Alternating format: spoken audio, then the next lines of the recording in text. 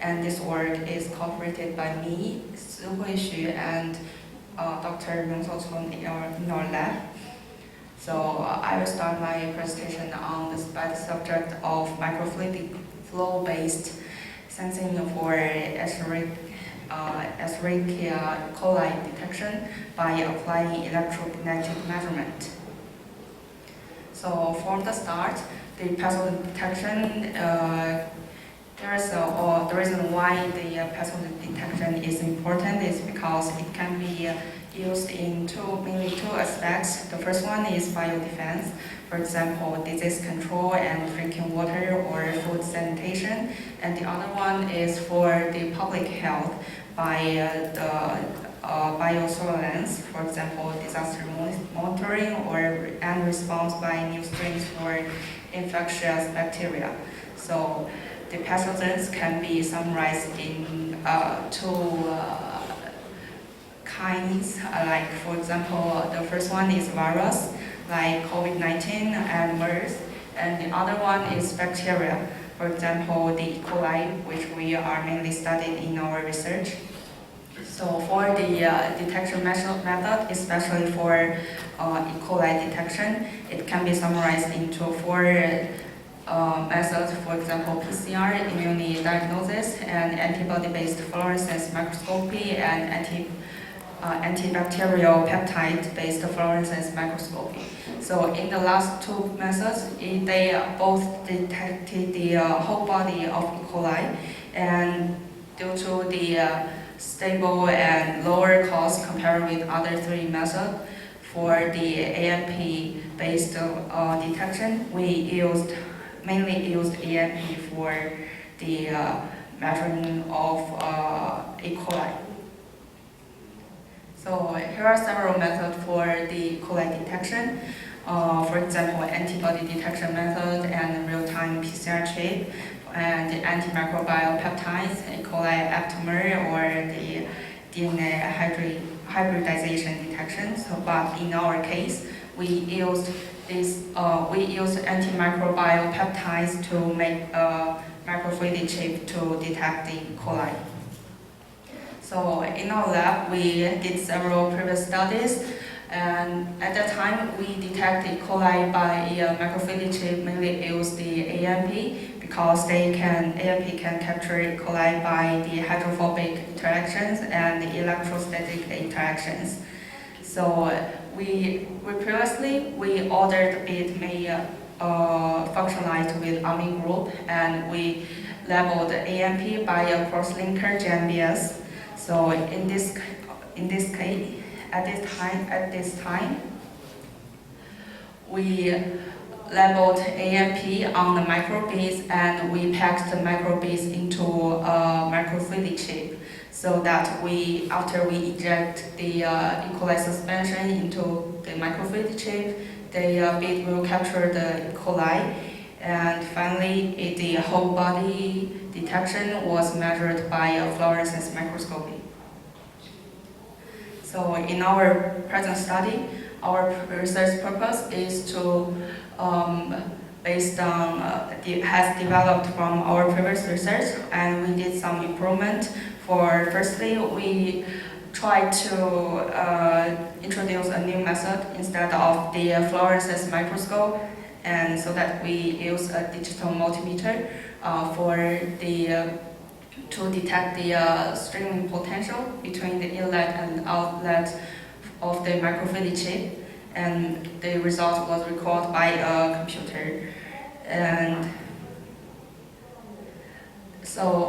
the second one is for the AMP labeling. Previously, we labeled AMP on the microbead surface, but in our case, we labeled strictly onto the microchannel wall, so that after injecting the E. coli suspension into the microfluidic chip, they can strictly capture it on the channel wall. So our purpose is to detect the electrokinetic streaming potential instead of using a fluorescence microscope, and we mainly we changed the AMP label method onto the channel wall, and we designed a more simple microfluidic for the detection in the system. So for the electrokinetic streaming potential application, here are several applications for the streaming potential. For example, the electrokinetic microenergy conversion, and inside by detecting the streaming potential inside the microfluidic chip, we can convert the energy from the fluid flow into streaming potential. And the other one is called electrokinetic sensor. Here is an example of the extracellular vessels detection by using a microfluidic chip and measure the streaming current inside tube, between the tube. And the third one is triboelectric nanogenerators, which is also called TANG. Like in this case, it was used as a generator, but in our case, our platform was designed based on the electrokinetic streaming potential principle, and you can see that the Helmholtz small loop Chomsky equation, like the streaming potential can be measured and based on the several parameters of the inside the microchannel, and we can measure the charge, surface charge inside the microfluidic chip by measuring both streaming current or streaming potential. So in our system, we used a syringe pump to input the liquid sample into the microfluidic chip, and we use a source meter we can both measure the current or potential, and the result was recorded by a computer. And the streaming potential was measured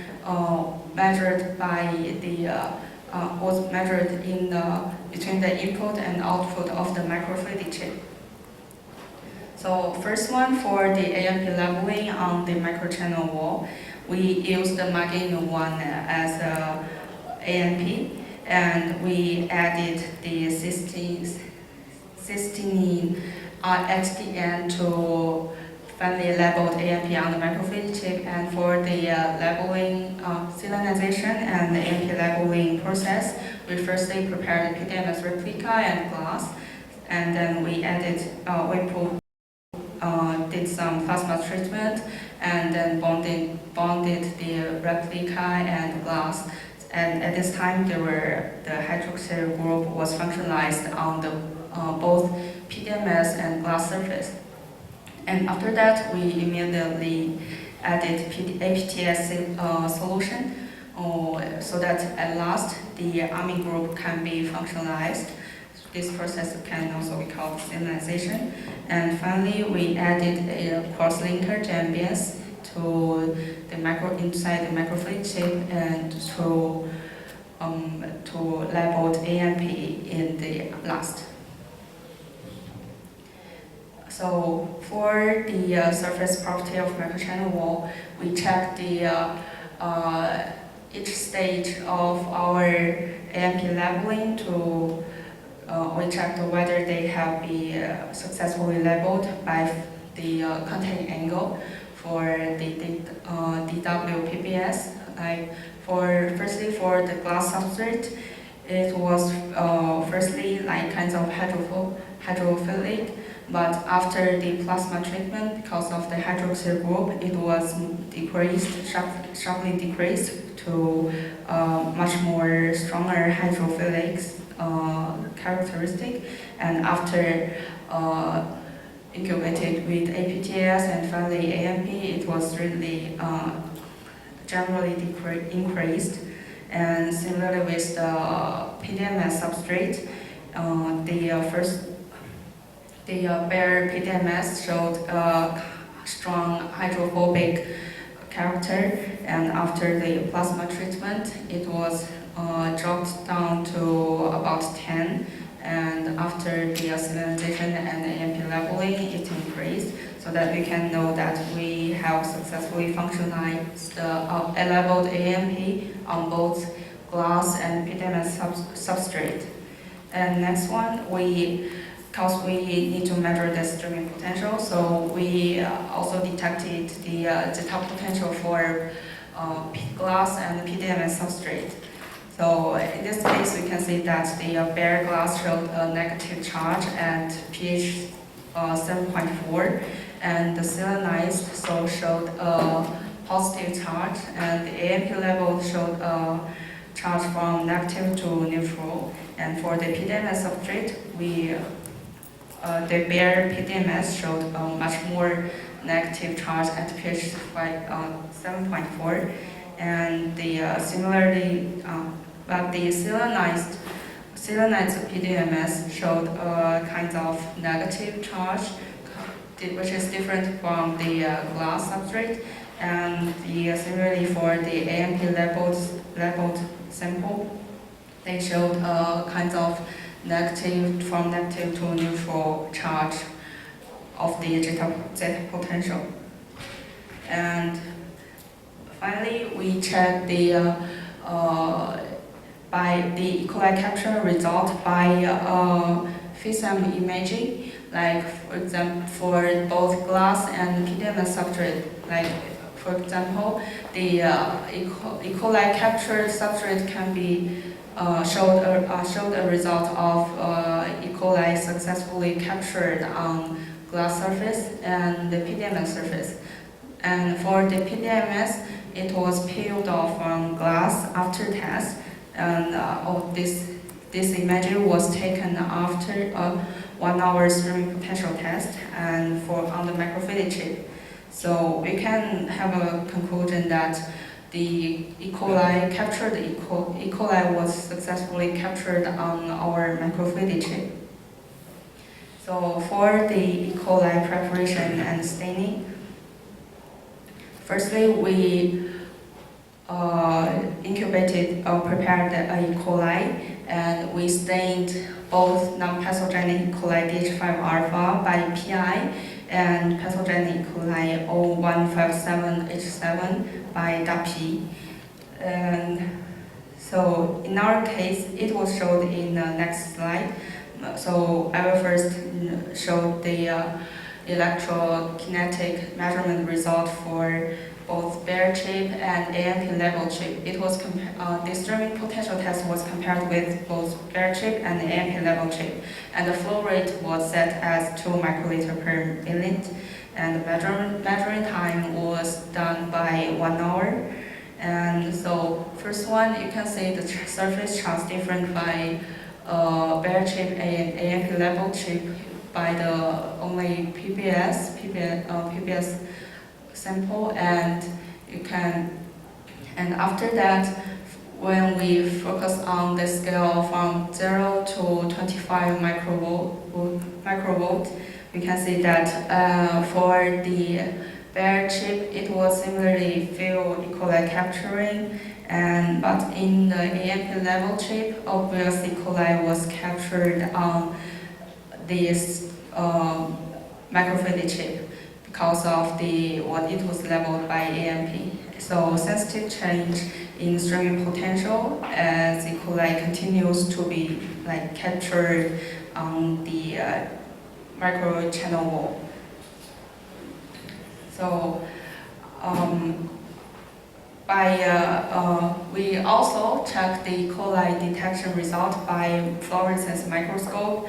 For this test, we use a syringe pump and a microscope. So in this case, we inject the E. coli suspension into the microfluidic chip, and we mainly measure the E. coli DH5 alpha, which was stained by PI, and we also use the same flow rate of 2 microliter per minute, and we measured for 1 hour. And so here is the result of the fluorescence intensity. So we can compare the streaming potential and the fluorescence intensity at the same time, so that we can see that they showed both the streaming potential and the fluorescence intensity showed a similar trend of E. coli capturing. So based on this, we will do the E. coli concentration test for the further work, and we also curious about the limit of detection by our electrokinetic streaming potential measurement method. So here's our conclusions. Like the first one is the whole body detection of E. coli, sensing E. coli, as developed by our microfluidic-based device, which was labeled with antimicrobial peptides. And we developed a novel method of the electrokinetic streaming potential test in our case, and we compared both streaming potential and fluorescence images at the same time, so that we can see that the electrokinetic streaming potential method has some potential to be developed as an improved sensing platform for pathogen detection. And this work was cooperated with Professor Chang Mi-soo and Song Se-hyun at SNU, Seoul National University, and that's all. Thank you for all attention. Thank you, Sue. Any questions from the audience? 한국말로 하셔도 됩니다. 네, 잘 들었는데요. 이콜라이를 파티클로 봐서 만약에 콘솔 같은 거로 시뮬레이션 한다면 덴시티 같은 게 어느 정도 될까요? 덴시티요? 네. 저희 이콜라이가 we mainly measured the pH of E. coli suspension and the E. coli concentration, like how much cells per milliliter. So we didn't analyze the parameter of density. So it can be it can feel like a buoyant force, or it can be precipitate or whatever. So that is the issue when I try to simulate with that kind of particle. That's why. Okay. By the way, the E. coli was PBS에서 담아요. Like suspended in a PBS buffer. So usually they are just floating around. Yeah. There is no precipitation in case of E. coli, especially in PBS suspension case. No precipitation. The density is almost nearly 1. 구격을 얼마나 받는지. 구역을 마이크로 지금 스케일 플로우이기 때문에요. 거의 그냥 세디멘테이션 이 수가 없다고 생각하시면 됩니다. Okay. Yeah. With the detection efficiency affected by other type of bacteria, do you have any plans to test against the mixed species consortium of bacteria? Sorry. So I'm wondering if the detection efficiency would be affected by other type of bacteria, not other than E. coli.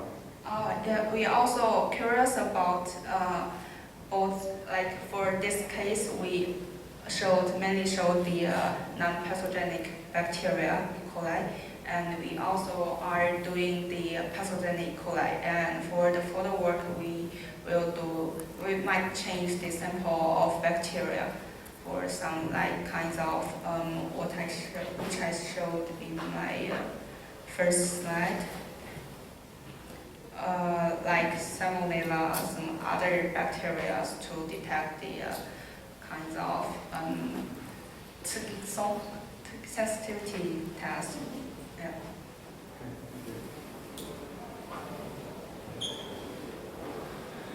Okay, then let's thank Sui again.